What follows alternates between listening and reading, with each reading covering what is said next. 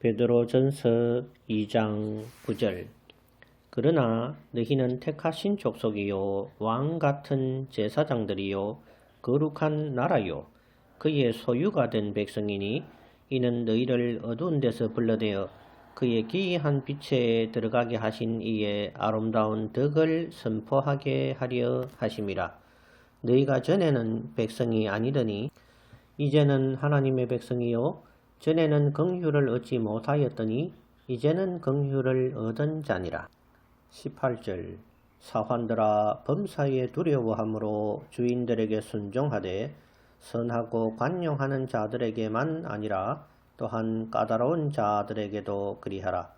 부당하게 고난을 받아도 하나님을 생각함으로 슬픔을 참으면 이는 아름다우나 죄가 있어 매를 맞고 참으면 무슨 칭찬이 있으리요. 그러나 선을 행함으로 고난을 받고 참으면 이는 하나님 앞에 아름다우니라. 이를 위하여 너희가 부르심을 받았으니 그리스도도 너희를 위하여 고난을 받으사 너희에게 본을 끼쳐 그 자취를 따라오게 하려 하셨느니라. 그는 죄를 범하지 아니하시고 그 입에 거짓도 없으시며 욕을 당하시되 맞대어 욕하지 아니하시고 고난을 당하시되 위협하지 아니하시고 오직 공의로 심판하시는 이에게 부탁하시며 친히 나무에 달려 그 몸으로 우리 죄를 담당하셨으니 이는 우리로 죄에 대하여 죽고 의에 대하여 살게 하려 하심이라.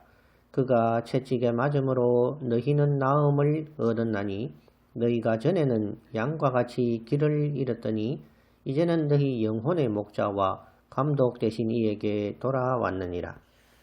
9절에서 성도의 신분을 설명하고 있습니다. 이것은 영적인 성도의 신분으로 이 땅에서는 전혀 사람들이 알아주지 않을 수 있습니다. 하지만 이것이 실제적인 성도의 본 모습인 것입니다. 이 땅에서는 하나님의 자녀들의 모습이 거의 몰골에 가깝습니다. 세상 유명한 사람들에 비해 하나도 잘나 보이거나 위대해 보이거나 하지도 않고 오히려 이상한 종교에 빠진 광신자들처럼 보여질 것이 분명하기 때문입니다.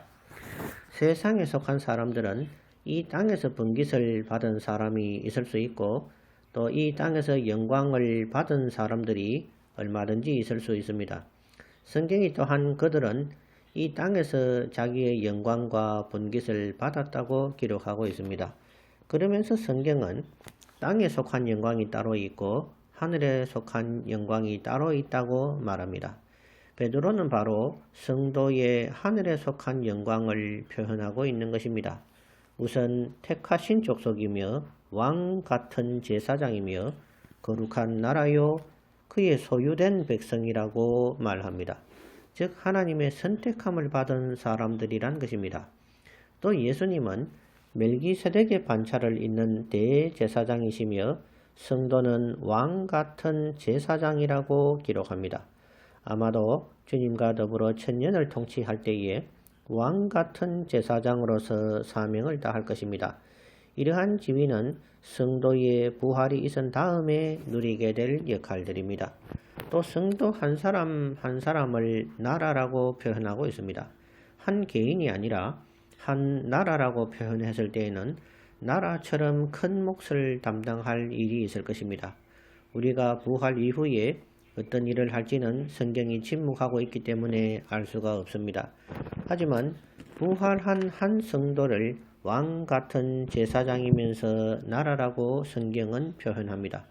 타지도 썩지도 않는 불멸의 몸을 가지고 부활한 성도는 참으로 신적인 존재인 것입니다. 예수님도 하나님의 말씀을 받은 사람들을 신이라고 표현했습니다. 그러므로 성도는 참으로 이후에 부활한 몸을 가진 불멸의 존재, 불사신이 되는 것입니다.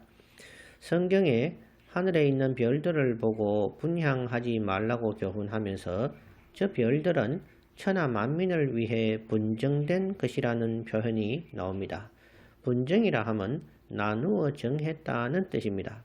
즉 하늘의 수많은 별들이 부활한 성도, 즉 불사신이 된 성도들이 통치할 새 나라요, 새 천체가 되지 않을까 상상해 봅니다. 하나님은 필요하지 않은 것은 창조하지 않는다고 생각합니다.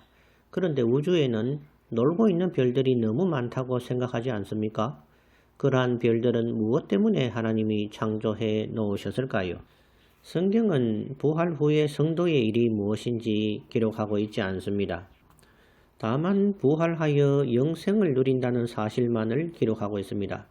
그러면 영생을 하나님과 천국에서 누리는 것은 정한 일이고 그 다음에 마냥 놀기만 할까요?